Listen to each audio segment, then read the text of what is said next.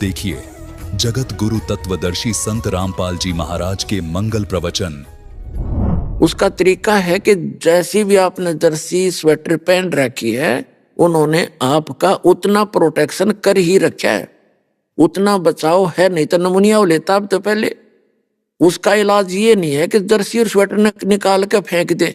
उसका तरीका ये है कि कंबल और ओढ़े या कोट पहन ले, और घनी सर्दी हो तो आग बाल के सेके, ताप प्राप्त करे या रजाई ओढ़े। तो इसी प्रकार जिनके पाप कर्मों की सर्दी घनी हो तो उनको थोड़ी बहुत ठूठा होती ही रहेगी, पर जान बची रहेगी, नमूनिया नहीं होगा। और जब स्वेटर जर्सियां निकाल के फेंक दी तो मां मूर्ख हो तो और जल्दी मरेगा। तो इस प्रकार इस ज्ञान को आधार बना के भक्ति सफर को तय करो, डगमग ना होना। क्योंकि दास का उद्देश्य है आपको पहले तो इस ज्ञान से परिचित कराऊं और इस समाधान और भक्ति विधि से परिचित कराऊं कि इस विश्व में, इस दास के अतिरिक्त धरती पर 21 ब्रह्मांड में भक्ति मार्ग नहीं है और ज्ञान नहीं है। जब यहां भी आपको लाभ नहीं है तो उसके दो कारण हैं। एक तो ये है आपके जो पूर्व जन्म के पापों की सर्दी ज्यादा है, और उसका प्रोटेक्शन यही है कि सिमरण बढ़ा और दान धर्म भी बढ़ा और डगमग ना हो, लगा रहे, इससे ये ठीक हो जाएगा।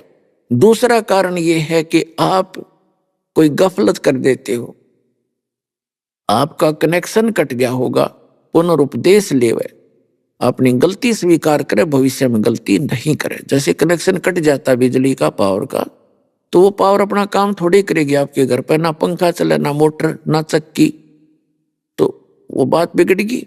जो पावर ने काम करना था वो कनेक्शन ने कट गया, तो नाम सुचारू रखना पड़ेगा। तो यहां कहते हैं सतगुरु के दरबार में कमी काहे की ना, अंसा मौज नहीं पावता तेरी चूक चाकरी में। यदि परमात्मा की रजा आप पर नहीं हो रही है तो आपकी कोई भक्ति में, कोई श्रद्धा में कोई कमी है, चूक है, उसको सेट कर और फिर सारा काम ठीक हो जाएगा।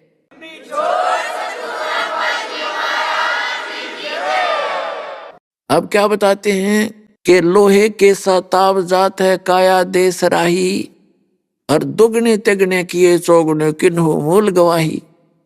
तीन लोक और भवन चतुर्दश, ये सब जग सौदे आही, और दुगने तिगने करे चौगने किन्हु मूल गवाही। अब जो पुण्यात्मा है, नाम सिमरण करते हैं, दान पुण्य भी करते हैं, तो उन्होंने तो दुगने तिगने चौगने इस मनुष्य जीवन के बना लिए, कर लिए।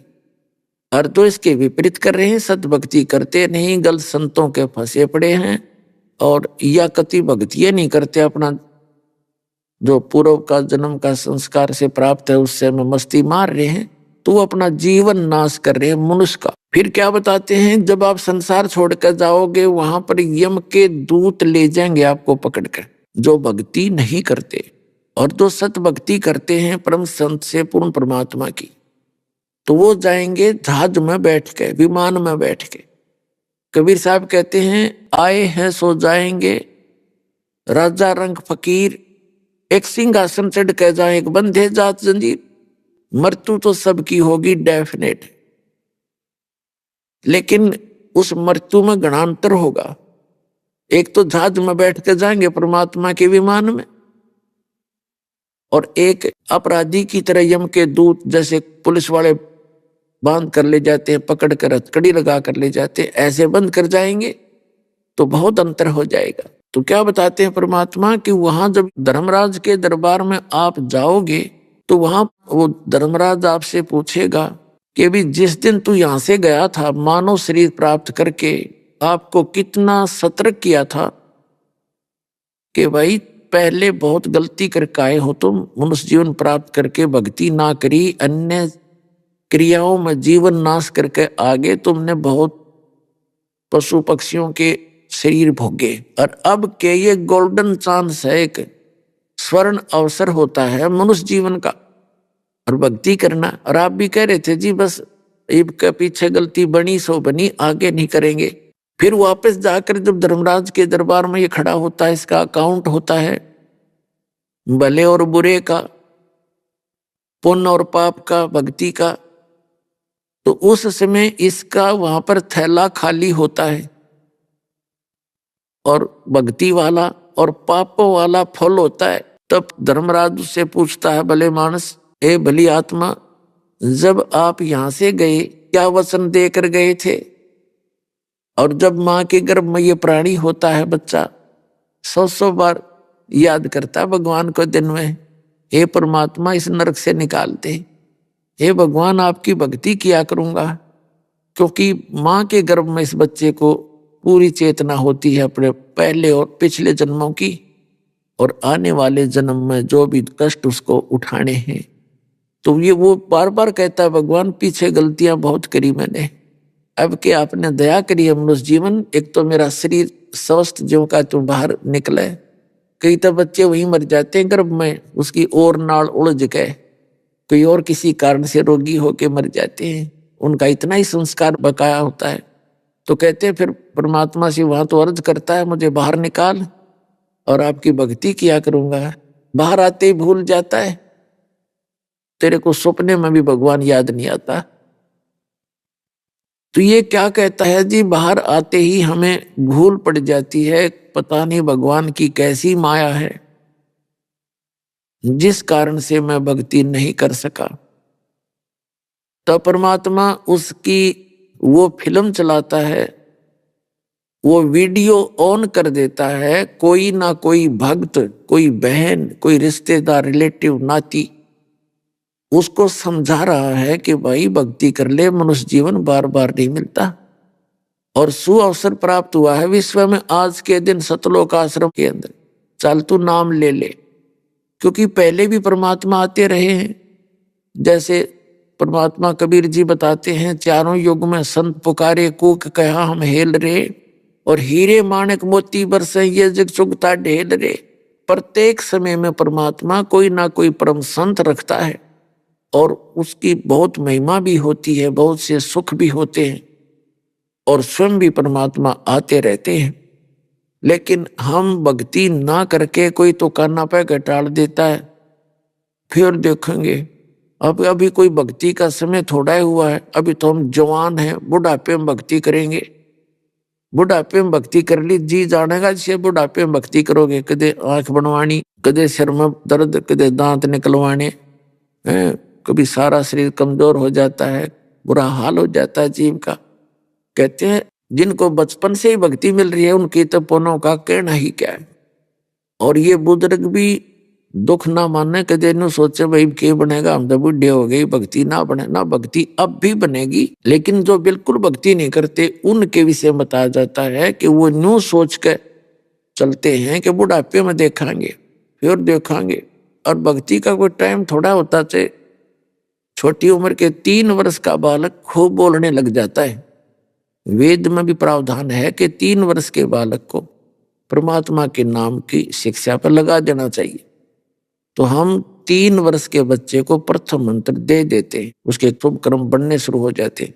जब तक वो बालक 3 वर्ष का होता है, बेटा या बेटी, तब तक वो उसका प्रारब्ध और उसके माता पिता के द्वारा किए गए संस्कार जो भक्ति कर रहे हैं उनसे उनको राहत मिलती है, उनके पुण्य कम नहीं होते, परमात्मा का विधान अनुसार उनकी रक्षा होती है उन माता पिता के कारण। और 3 वर्ष का बालक जब हो जाए उसको नाम से जोड़ देना चाहिए, और उसके फिर साथ में परमात्मा दया करेंगे। और छोटे बच्चे की सभी जो गलतियां भी अक्षमा होती हैं। और जब बच्चा द्वितीय मंत्र प्राप्त कर लेता है, 8 वर्ष के बाद, अब हम पहले 10 वर्ष में देते थे, अब 8 वर्ष का होते ही हम सतनाम दे देते हैं,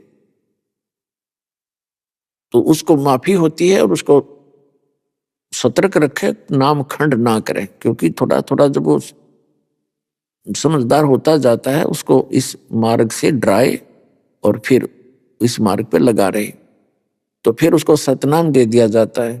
तो इस प्रकार ये भक्ति का कर्म आपका प्रारंभ होता है। सत भक्ति मिलने के बाद जीव का जो जीवन है वो सफल होता है। तो कहने का भाव ये है कि वो क्या कहता है वहां पर कि हे भगवान, हमारे को किसी ने बताया नहीं, तो फिर उसको ये याद दिलाया जाता है कि देखो ये व्यक्ति आपको क्या कह रहा था और आप क्या बकवाद गढ़ रहे थे। किसने देखा भगवान, देखी जागी हैं, तो पुण्यात्मा, जैसे आप जी प्रथम बार किसी अपने मित्र से या कोई रिश्तेदार से प्रथम बार जिक्र चलाते हो जो इस मार्ग में नहीं लगा हुआ है, तो आप उनको समझाने की चेष्टा करते हो, भक्ति कर लो, भक्ति ना करोगे तो गधे कुत्ते सूअर बन जाओगे। तो वो बगैर ज्ञान का व्यक्ति ये कहता है देखी जागी, पहले तो कहेगा किसने देखा है, फिर क्या कहता देखी जागी जो होगी, हाँ, सारा संसार जाएगा वहां हम चले जाएंगे। तो पुण्यात्माओं, क्योंकि हम जिस संसार में रह रहे हैं समाज में, वहां पर भक्ति ना करने वालों की अधिकता है। भक्ति करने वाला कोई इक्का दुक्का है, और जो अन्य संतों के शिष्य हैं वो भक्ति का नाम उनके पास कर रहे हैं, उनको भक्ति नहीं है, वो संसारिक व्यक्तियों से भी गलत कार्य कर देते हैं वहां पर। तो आम समाज इस बात से दुखी हो जाता है कि ये नाम ले रहे, बीड़ी ये पीवे, शराब ये पीवे, और सारा ड्रामा न्यू का न्यू, ब्याह शादी में सारे काम करें, तो भक्ति में बिना भक्ति में अंतर के रह गया। तो इससे भी समाज इस भक्ति से दूर होता चला जाता है। तो फिर वो क्या कहता है कि किसने देखा है, और फिर नो कर देखी जाएगी जो होगा, सबके साथ होगा हमारे साथ हो जाएगा। अब फिर गधा अपने पास से क्या देखेगा तू, फिर तो कुम्हार देखेगा, 2.5 मन का बोरा कट पे मारेगा लठगट्टियां पे। तो देखना है तो उस आपत्ति के आने से पहले देख, और परमात्मा के वचनों पर विश्वास कर, ताकि तेरा जीवन कल्याण हो। तो उस समय तो ये कह रहा था वो व्यक्ति, जब अब धर्मराज के पास खड़ा है और किसने देखा देखी जाएगी, तो उस समय वो एक बहाना मिलाता है कि हे भगवान, मुझे पता ना लग गया, हे परमात्मा मुझे किसी ने बताया कोई नहीं भक्ति कर ले, मुझे ज्ञान नहीं था, बाहर आते ये पता नहीं कैसे पत्थर पड़े बुद्धि पर। तब उसका वो वीडियो चला दी जाती है, वो दोनों बतलाते दिखाई देते हैं, और आप क्या बोल रहा होता है, तब वो नीची गर्दन कर लेता है। तब धर्मराज कहता है चल बन गधा। तो पुण्यात्माओं, परमात्मा कहते हैं 8 दिन पीछे गए, गुरु से किया ना हेत, अब पछतावा क्या करे, मेरा चिड़िया चुगी खेत। तो समय रहते लाभ उठाने से ज्यादा लाभ होता है। अब जो दूसरा प्रसंग ये था कि कोई बूढ़ा बुजुर्ग वृद्ध व्यक्ति, बहन माता व्यक्ति को ये ना सोच बैठे कि भी हम तो बूढ़े हो गए और अब क्या बनेगा। देखो उनके लिए बहुत बड़ा, उनके लिए भी गोल्डन चांस है कि जो जीवन गया वो तो बाढ़ में गया, उसका तो उसमें तो पाप इकट्ठे करे हैं, पुण्य तो हुआ ही नहीं। फिर भी अब ये सोचकर, जैसे एक उदाहरण देता है दास, एक समय एक गांव में सत्संग कर रहा था ये दास। पहले गांव में जाते थे, 3 दिन वहीं उनके घर पाठ करते थे, 3 दिन सत्संग सुनाते थे माइक स्पीकर लगा के। जिनके हम सत्संग कर रहे थे उनका पिता उस समय लगभग 60-70 वर्ष का हो चुका था, 65 के आसपास। तो वो सत्संग के विरोधी था, उनके घर में सत्संग हो गया, वो दूसरे लड़के के घर में रहता था। अब स्पीकर हमने लगा दिया, अब बुढ़ा ने नींद भी कमाया करे, रात ने कुछ होके गणे पिया करता, हुक्का ज्यादा पीता था, तो सत्संग सुनता रहा, रात जागता रहा। अब स्पीकर चलेगा तो कान बंद क्यों कर आदमी, नफरत तो थी उसको, कान तो बंद नहीं कर सका। तो उसने पहले दिन सत्संग सुना, दूसरे दिन सुना, और तीसरे दिन वो आके वहां आ गया जहां सत्संग कर रहे थे। अब जिस लड़के के घर पर सत्संग हो रहा था उसने नाम ले रखा था, तो उसकी पत्नी बता रही थी जी मुझे तो इतना डर लग गया, ये बूढ़ा पता नहीं के कहेगा महाराज जी, अरे कदे बेइज्जती ना कर दे। तो उस बूढ़े के, उस भगत के आंखों में आंसू आ गए, आंसू आने शुरू हो गए। मैंने कहा क्या बात होगी भगत, क्या बात होगी आपको। नो कहने लगा जी जो बात आज आपने सुनाई 3 दिन में, मैं तो इनका घना विरोधी था, और मैंने सारे जीवन में किसी का कोई बुरा कराया नहीं। किसान हूं, खेती करी, 4 किले हमारे थे, अब 12 किले बना दिए, 2 लड़के। और इतनी मेहनत से काम करा, लेकिन यू ज्ञान था आज तक हमने जिंदगी में हमारी कान्ना का भी ना पड़ा कि दे, नहीं तो मैं पहले भक्ति पर लग जाता, ये दुख ना देखने पड़ते। अब मेरा क्या होगा, मेरा तो जीवन गया। हे भगवान, ये तो बहुत वक्त से शुरू करना चाहिए था। तो उसकी जो पुत्र वधू थी वह खड़ी खड़ी सुने कि हे भगवान, इस बुढ़े में इतना परिवर्तन हो गया। तो उसने न बोली, मैंने सुख का सांस लिया, चोखा बोला तो ठीक। तो फिर मैंने उसको समझाया कि देखो, ये तो अभी भी कुछ नहीं बिगड़ा आपका। जैसे पुराने समय की बात है, कुएं होते थे गहरे गहरे, 100 200 फुट नीचे से पानी निकाला जाता था। कुएं खोद गए और उनके जल निकालने के लिए बाल्टी या डोल होता था, डोल बोलते, पीपा बांध दिया करते। उसका एक लंबी रस्सी बांधा करते 150 फुट की। तो उस पानी निकालने के लिए उस पानी रस्सी को पकड़कर 2-3 जने और उसको खींच कर ले जाते दूर तक। और कई बार वो छूट जाती थी हाथ से, जैसे वो ने सोचा ये पकड़ रहा है, वो ने सोचा दूसरे ने पकड़ रखी है, वो सारे छोड़ देते। तो वह धीरे धीरे वो रस्सी बाल्टी नीचे कुएं में वापस गिरने लग जाती। तो मैंने उससे कहा कि ऐसे वो बाल्टी कुएं में गिर रही हो और वो नेजू यानी रस्सा लट घिसटता हुआ आ रहा हो और उसको कोई भाग दौड़ कर पकड़ ले तो उसका कोई हानि नहीं होती है। और नो सोचा ही तो ये गई तो गई, जान दे जान दे, वो जा तो रही है, वो तो खत्म होनी है, वो तो गिरनी ही है सारी की सारी रस्सी समेत बाल्टी कुएं में। और भाग दौड़ के कोशिश कर ले और पूछड़ी भी मिल जाए, एंड ऑफ द रोप, उस रस्सी का पिछला हिस्सा 6 इंच का भी ठा गया, पकड़ा गया, तो बाल्टी भी आ गई और पानी भी आ गया, कुछ भी ना बिगड़ा। तो ये मनुष्य जीवन रूपी बाल्टी आपकी जाली तकरीबन। और अब ये पूछड़ी सी रह रही है, इसने पकड़ ले, नाम ले और ये हुक्का त्याग दे सारी बुराई। ने बोला जी हुक्का हुक्का पीऊं और कोई बुराई नहीं मेरे में, शराब भी नहीं पी कभी जीवन में और किसी का बुरा सोचा भी नहीं। मतलब ही तो आपको ये घर बैठे मार्ग मिल गया, न ऋषियों ने ना मिला, न सिर पटक लिए सारे पुण्यात्मा थे। बैटरी चार्ज थी आपकी, वो डिस्चार्ज होगी, खत्म होगी, आपने कुछ नहीं किया, आपका पूर्व का संस्कार मिला और अब आप शुरू कर दो। उसने भक्ति शुरू कर दी, 10 साल और जिया वो, 12 साल, और खूब भक्ति करी, सारा शरीर स्वस्थ आखिरी दम तक। ने बोला जी कदे जुखाम भी नहीं हो लिया, नाम लिए पाछे सारी बुराई छूट गई, यानी ओकाली। तो पुण्यात्माओं, अब इस प्रकार इस सत बारक के बारे में बताते हैं कि फिर ये दम टूटे पिंडा फूटे, हो लेखा दरगाह माही, उस दरगाह में मार पड़ेगी तेरी, यम पकड़ेंगे बाही। जब वहां जाओगे यम के दूत पकड़ के ले जाएंगे, यहाँ चाहे राष्ट्रपति बन रहा हो इस पृथ्वी का, पूरी पृथ्वी का। भगवान के दरबार में इस सत भक्ति और गुरु से प्राप्त नाम प्राणी की ही वहां इज्जत रहती है। ना वही सी बिरान माटी करें, उनका कोई ना देखता यो क्या था, उनको सब पता है क्या था। ये पिछले जन्म पुण्यक्रम थे, उनके कारण से प्रधानमंत्री बन गया, भक्ति करी नहीं, अगले जन्म में गधा बनेगा वो। बताया यहाँ का खाक सुख है ये, एक नहीं, आपको असंख्य प्रमाण दिखा दें। कबीर साहब कहते हैं, कबीर हरि के नाम बिना ये राजा रसब हो और माटी लदे कुमार के, फिर घास ना नहीं रहे कोई।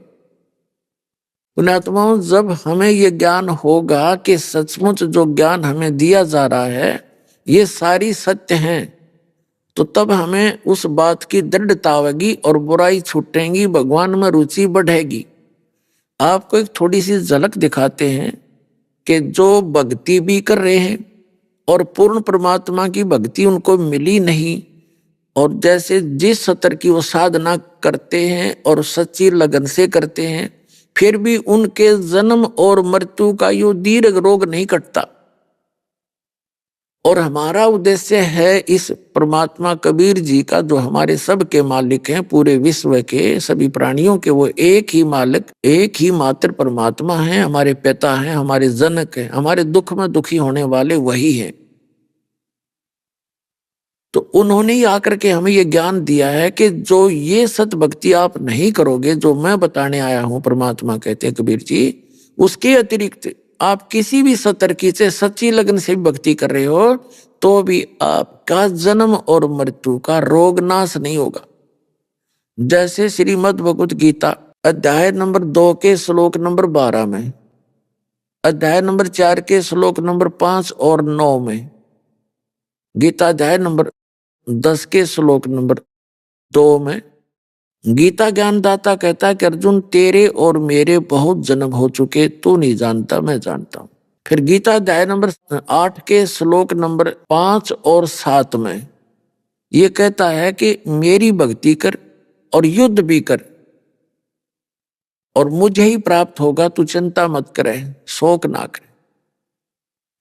फिर गीता ज्ञानदाता से अर्जुन ने पूछा 7वें अध्याय के 29वें श्लोक में कि आपने 29वें श्लोक में जिस तत्ब्रह्म के बारे में बताया है, जो व्यक्ति जरा और मरण से छूटने का प्रयत्न करते हैं, यानी जरा माने बुढ़ापे का कष्ट और मरण माने मृत्यु, तो वो उस तत्ब्रह्म से परिचित हैं, सारे अध्यात्म ज्ञान से परिचित हैं और सभी कर्मों से परिचित हैं, वही प्राणी उस जरा और मरण के संकट से छूटने का प्रयत्न करते हैं।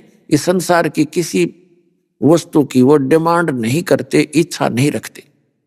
तो अर्जुन ने 8वें श्लोक में गीता में पूछा कि किम तत्ब्रह्म, वो तत्ब्रह्म क्या है। 8वें अध्याय के 3रे श्लोक में गीता ज्ञानदाता ने उत्तर दिया कि वो परम अक्षर ब्रह्म है। अब गीता ज्ञानदाता अध्याय नंबर 8 के श्लोक 5 और 7 में अपने विषय में बताता है कि मेरी भक्ति कर मुझे प्राप्त होगा, इसमें कोई शंका नहीं, लेकिन युद्ध करना पड़ेगा। अपना मंत्र बताता 8वें अध्याय के 13वें श्लोक में कि ओम इति एकाक्षरम ब्रह्म व्यवहारण मां मनुष्यमन ये प्रियाति तदम देहम सयाति परमाम गति। मुझ ब्रह्म का गीता ज्ञानदाता ये ब्रह्म है, श्री कृष्ण जी प्रवेश करके बोल रहा है। मुझ ब्रह्म का केवल एक ओम अक्षर है और कोई मंत्र नहीं है। इसके अतिरिक्त जो जाप करते हैं, वो अन्य मंत्र दिए जाते हैं, वो मोक्ष मार्ग के नहीं है, वो शास्त्र विदिता का मनमाना आचरण है। कहता है मेरा एक ओम मंत्र है, जो इसका साधना अंतिम सांस तक करता है तो ओम से मिलने वाली जो परम गति है वो आपको प्राप्त हो जाएगी। लेकिन युद्ध भी करना पड़ेगा, मेरी भी जन्म मृत्यु होती है, तेरी भी होती है, ये होती ही रहेंगी। इसलिए 18वें अध्याय के 62वें श्लोक में कहता कि अर्जुन तू सर्वभाव से उस परमेश्वर की शरण में जा, उसकी कृपा से ही तू परम शांति को और सनातन परम धाम को प्राप्त होगा। सनातन परम धाम जहां जाने के बाद साधक फिर कभी जन्म मृत्यु में नहीं आते। गीता अध्याय नंबर 15 के श्लोक नंबर 1 से 4 में बताया है कि अर्जुन जब तत्वदर्शी संत तुझे मिल जा, 4थे श्लोक का निष्कर्ष बता रहा हूं 15वें अध्याय का, उसके पश्चात परमेश्वर के उस परम पद की खोज करनी चाहिए जहां जाने के बाद साधक फिर लौटकर कभी संसार में नहीं आते। और जिस परमात्मा ने सब संसार रूपी वृक्ष की रचना की है, यानी सबका जो मालिक है, रचनहार है, केवल उसी की भक्ति करो और की नहीं करनी। गीता ज्ञानदाता अपनी भक्ति को भी मना कर रहा है। तो कहने का भाव ये है, उसके लिए फिर 4थे अध्याय के 34वें श्लोक में बताया है कि जिस तत्व ज्ञान से वो मोक्ष मार्ग मिलेगा, वो तत्वदर्शी जो संत बताओगा, उस ज्ञान को तू तत्वदर्शी संतों से जाकर समझ, उनको दंडवत प्रणाम करने से और कपट छोड़कर प्रसन्न करने से वो तत्वदर्शी संत तुझे वो तत्व ज्ञान का उपदेश करेंगे। तो उस परम अक्षर ब्रह्म की भक्ति बताई है 17वें अध्याय के 23वें श्लोक गीता जी में। ओम तत्सत इति निर्देश ब्रह्मण त्रिवेद समर्थ।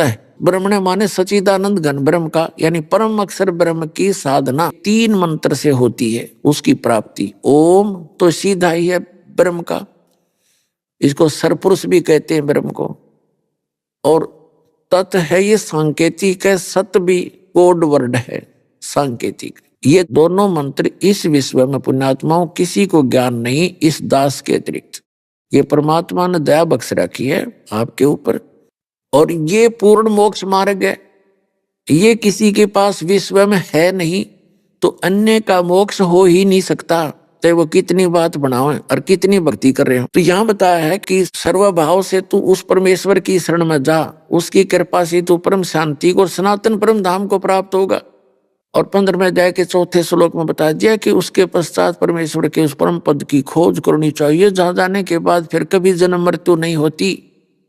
और गीता ज्ञानदाता खुद कह रहा है कि तेरे और मेरे बहुत जन्म हो लिए, तू नहीं जानता मैं जानता हूं। तो इससे सिद्ध है कि आज तक ये भक्ति हिंदू धर्म में भी नहीं है, और मत होगी कहाँ, क्योंकि वो तो इन सदगुरों से परिचित ही नहीं है। तो इसलिए ये जो मार्ग है अब परमात्मा ने दया बख्शी है आप जी के ऊपर, और इस दास को वो कंप्लीट कोर्स, कंप्लीट ट्रीटमेंट दे रखा है। बिल्कुल अब क्या आपका यहाँ भी सुखी होगी और मोक्ष हो जाएगा, कंप्लीटली हो जाएगा। अब प्रसंग जो चल रहा है दास वही आता है कि गीता अध्याय नंबर 5 से लेकर 10 तक का निष्कर्ष है। 5 और 7 में तो वो कहता है मेरी भक्ति करेगा तो मुझे प्राप्त होगा, लेकिन युद्ध करना पड़ेगा। और पुण्यात्माओं जहाँ युद्ध करना वहां शांति नहीं हो सकती। तो यहाँ तो आजीवन युद्ध है जीव के साथ में। कोई टेंशन हो रही है, वो अंदर ही अंदर युद्ध होता रहता है। कोई कुछ कह रहा है, कुछ हो रहा है, यानी सारा जीवन ऐसे नरक भोग कर जाता है ये प्राणी। तो यहाँ माया से कितना ही हमने ऊंचा दिखाई देता हो, पर उसका अस्तित्व कुछ नहीं होता, उसके पास कुछ नहीं होता। भक्ति मार्ग का कष्ट ही कष्ट होता है। और वो स्थान है जहाँ जाकर कोई दुख नहीं। परमात्मा कहते मन तू चल रे सुख के सागर, जहाँ शब्द सिंधुरत नागर। उस सत्य समुद्र जो सुख का सागर है, जो कभी दुख नाम की वस्तु नहीं, सतलोक सचखंड में, वहां चल। वहां कितना सुख है कि शंखों लहर मेर की उपजे कहर नहीं जहाँ कोई, और दास गरीब अचल अविनाशी सुख का सागर सोई। शंखों लहर मेहर की उपजे, जैसे यहाँ कभी कभी होता है, इस दास के साथ तो बहुत बार होता है। कहीं अकेले बैठे हो, परमात्मा की याद आ रही हो, अचानक एक ऐसी हिलोर उठती हृदय में, हमें कोई भी बुरा दिखाई नहीं देता, चाहे किसी ने हमारे को कितना सता रखा हो, उसके प्रति भी राग नहीं रहता, द्वेष नहीं रहता। अभी आपने सुने संत रामपाल जी महाराज के मंगल प्रवचन।